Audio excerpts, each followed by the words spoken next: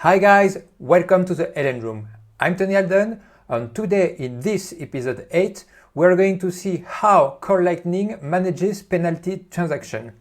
Specifically, we're going to set up a Lightning network running on reg test with two nodes L1 and L2. L1 is going to try to cheat L2 by sending a revocated transaction that we are going to sign using a developer command that is available when we compiled CLN with enable developer. This command is dev sign last transactions, and we are going to use that one. And when after sending the revocated transaction, we are going to see how L2 send its penalty transaction automatically using the subdaemon lightning on chain D. So this is a cool episode. I hope you will enjoy it. In the next video, we are going to see roughly the same thing as today, is that looking at the penalty transaction managed by Core Lightning, but we are not going to use this command dev sign last transaction offer with the developer option.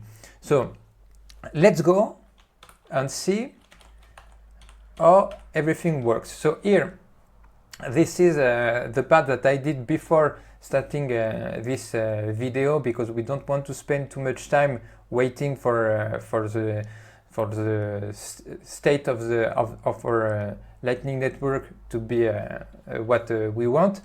Here in the first line, we just use configure with -- enable developer. This will bring us the command that we want to use. Here we compile Core Lightning. I've removed the output to make it fit correctly in that window.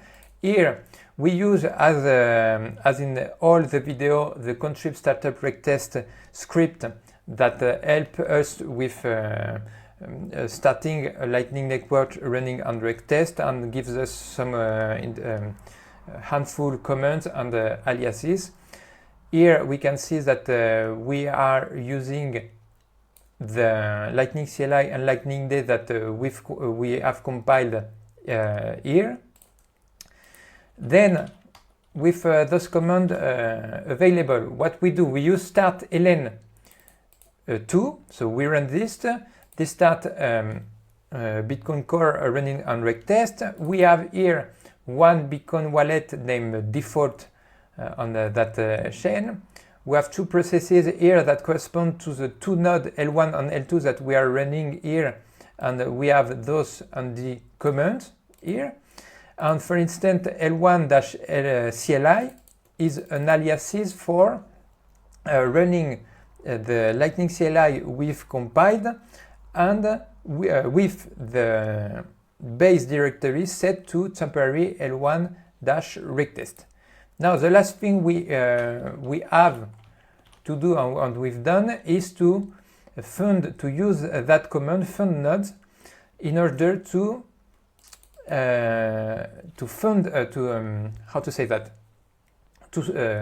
open a channel between the node 1 and the node 2 with 1 million satoshis.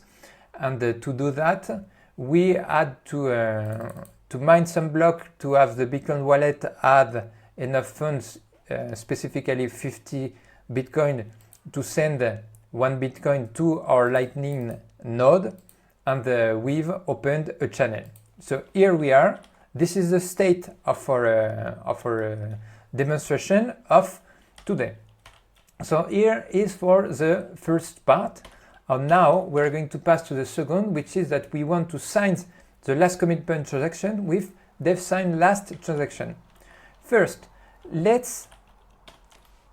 we are going to see after what does that mean, but let's see here as we've compiled Core Lightning with a developer enable developer, we have more command at our ends. And the one we are going to use is this one, dev sign last transaction, that allow to sign. So we are going to see exactly help And with this one, we can see there description sign and show the last commitment transaction with peer ID. So each time the state between two nodes in a channel change,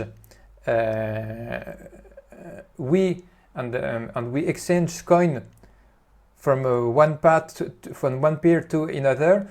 We have two commitment transactions, one for the node 1 and one for the node 2 that is signed from both parts partially, and this is so we always have the last transaction that is the one that we can use to go back on chain without any problem and without cheating anybody else. So because we don't cheat, it's just a commitment transaction that is a security for each node to say, okay, I don't want to participate anymore.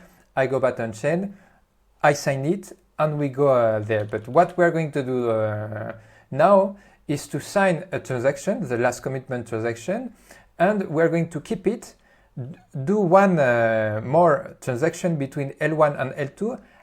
Then this transaction is going to be revocated, and we are going to send it to the regtest chain. And here is where the node L2 is going to catch the cheat. So let's sign it. To sign that transaction, and that last transaction right now is the transaction that will send back all the fund to the node 1, because it is we've done no transaction between those two nodes.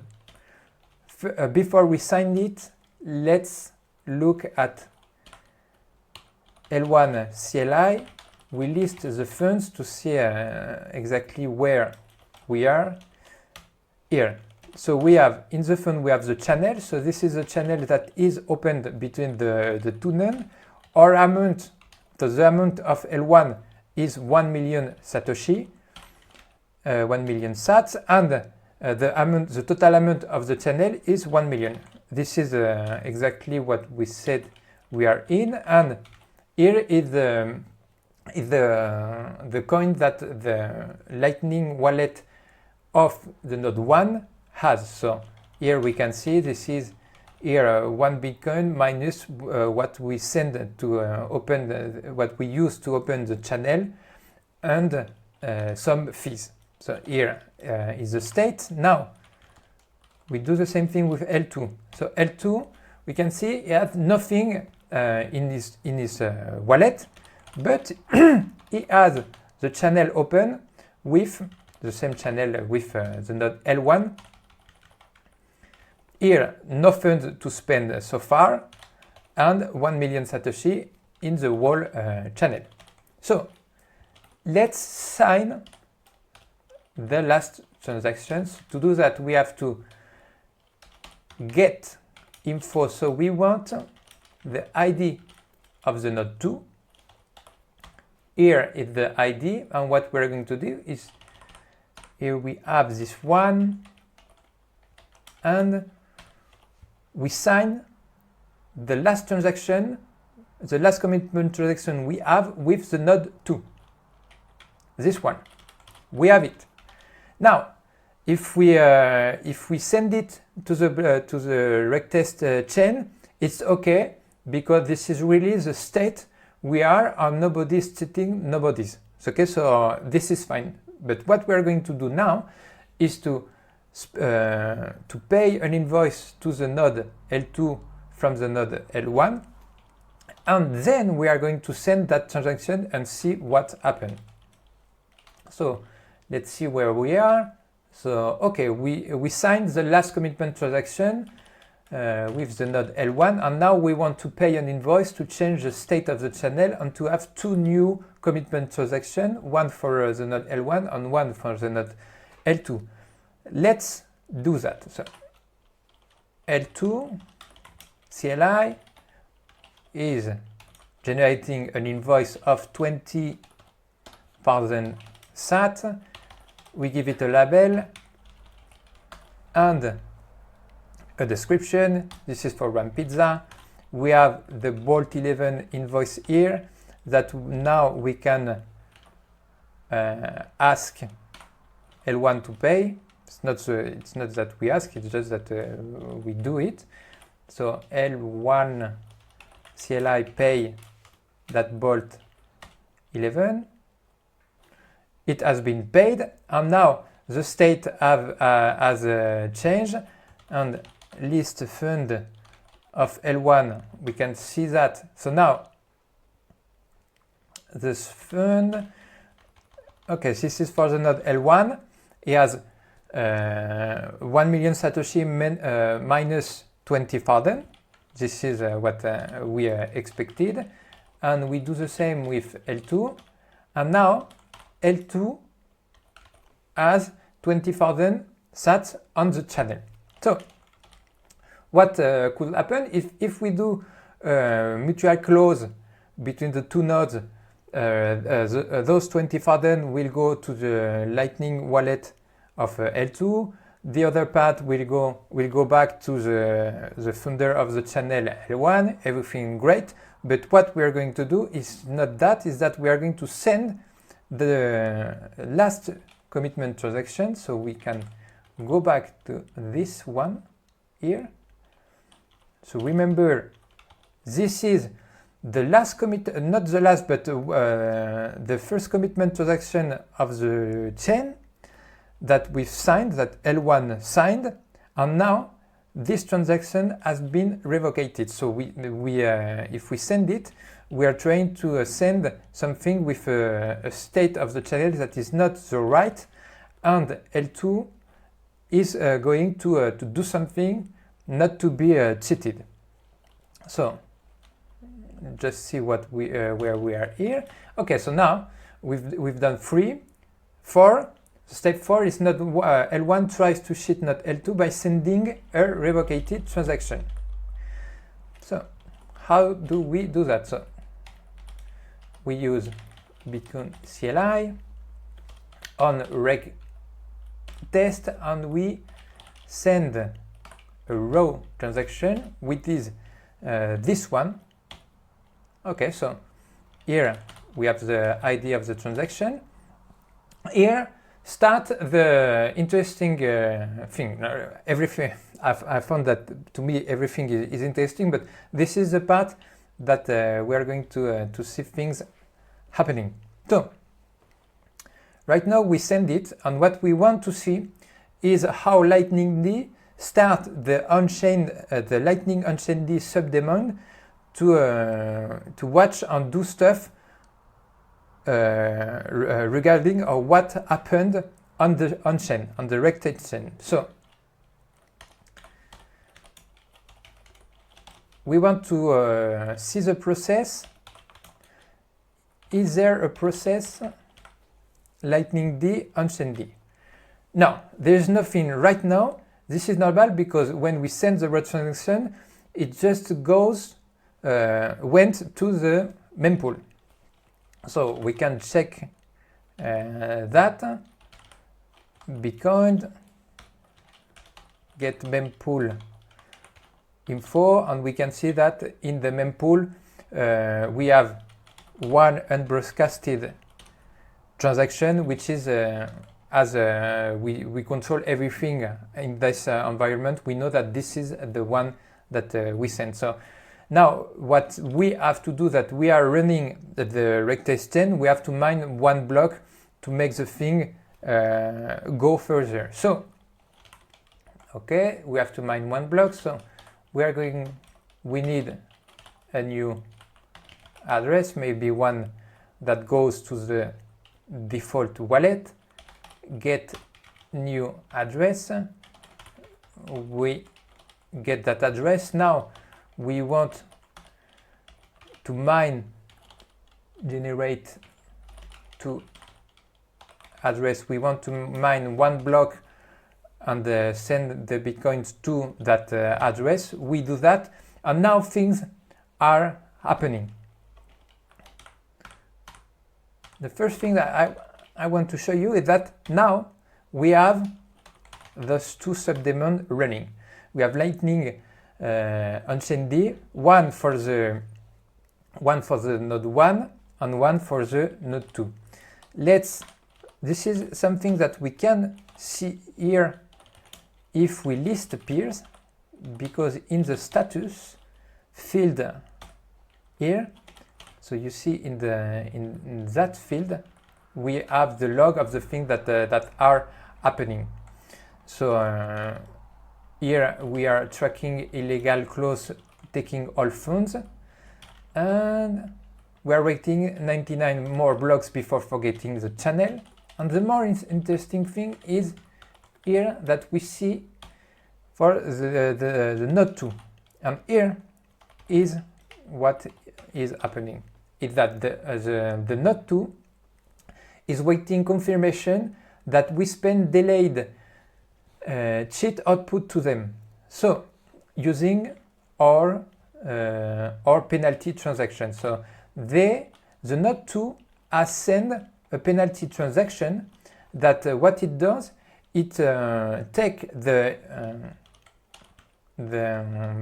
first the input 1 of that transaction, and it will spend this to its address of the Lightning wallet, the node L1. And here we can see, if we go there and we go backward, and we can see that you see we are here at when we send the raw transaction. So really what is doing the node L2 is to spend the output that the node L1 has to wait for spending it. But we, as this transaction has been revocated, we have the key, the key and the information necessary to spend that output before it goes to the node L1. So this is what the node L2 is doing. Nothing is happening right now, because if we look at the mempool again, we have a non-broadcasted transaction, which is exactly the transaction sent, the penalty transaction sent by the node L2. And now we are going to look a little bit more to play here. So get raw mempool here. So we have that transaction that is waiting, the transaction ID. We can have here, we can get raw transaction of that one, and we can look, we can decode that transaction,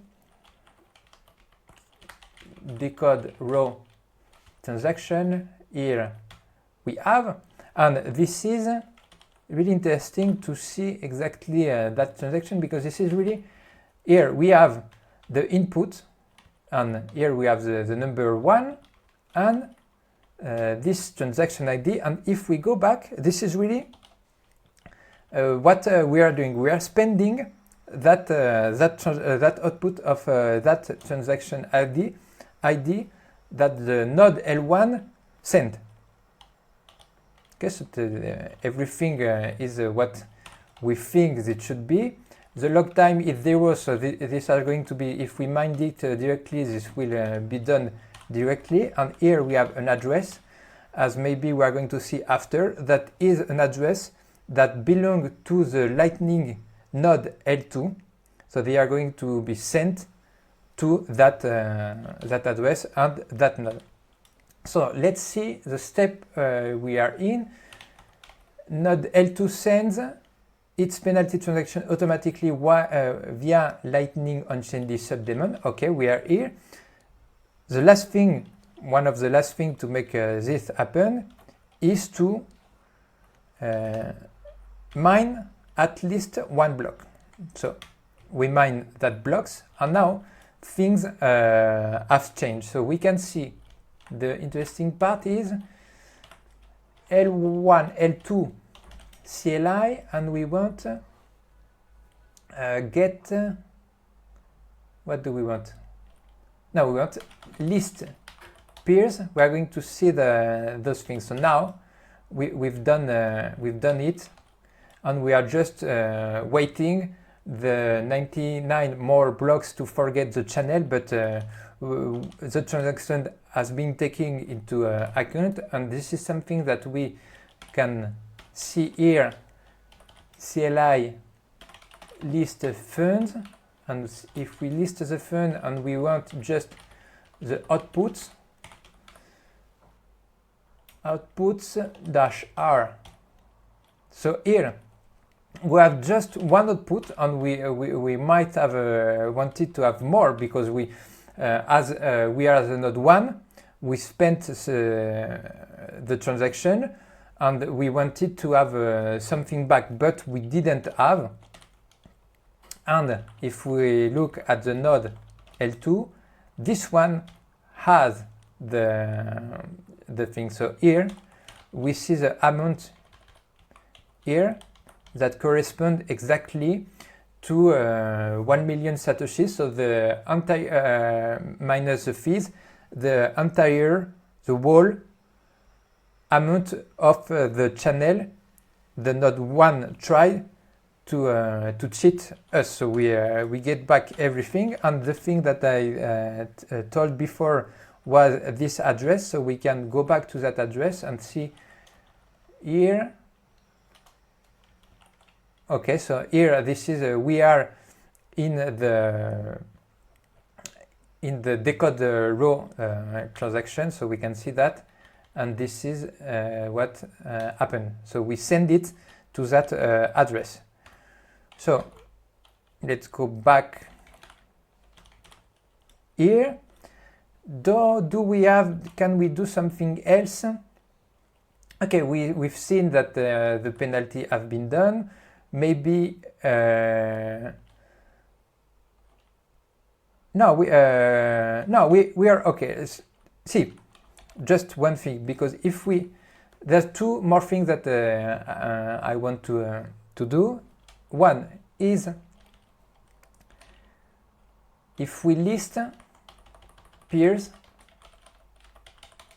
here at the end, we see that we are waiting for to forget the channel. We wait 99 more blocks, and in the previous videos, or one of the previous video, I said that I didn't know why is that, or if we have to if we can change that. So no, we can't. It's written in, it's hard coded, and it's something that is written in bolt 5, and we can you can see that in either in bolt 5 or in the transcript of the video in lnroom.live, that we need 100 transactions to forget. So we are going to do that, to mine those things.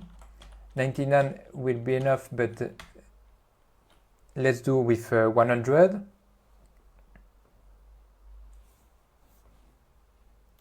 So we have to wait a little bit. And here, the last thing we are going to do is just to have a look to that command, to the implementation of that command JSON sign last transaction. So here we are, we wait a little bit, and if we list peers here, we can see that now the channel has been forgotten. So this is for that part on the terminal, and we are going to look at that rapidly, just to see that how it is, what it does. And in not the next video, but in a new episode, we also are going to see how to add a command in directly in the source code as it done, not with plugin, but directly inside it. So here, this is the file. As you can see at the bottom, we are in lightning peer console.c, and this is the command that we used. And this is not a big command. Maybe we can just go here to see what it does. It goes here, we narrow to that, and here if we go a little, we zoom out, and here we see. So this is the command we've used today. And let's go back to normal size and see here. Here, this is how it is. We defined it. Here we have the dev sign last transaction, which is a JSON command struct. This is how we call it. Here we've read that before, so sign and show the last transaction. So this is the description of the short description of the command. And here, how does it go? We have the parameters, so we check the parameters. Here we can see that we have one parameter that is required, named ID, and here we check if we've given an ID. If we don't, we return this. Now here we start the JSON stream with the command. Here this is the important part where we sign the transaction, and here we add that transaction, the transaction signed, to the JSON stream here, response, and with the attribute transaction. So this is what we see in the outputted, and there are other things that happen there. And now on success we return this command success. So it was just to go inside the source code, and in another episode we are going to see how to write command that we might need when we are developing on Core Lightning. So let's go back there. This is what we did today. I hope you enjoy the video, and see you in the next episode of LN Room.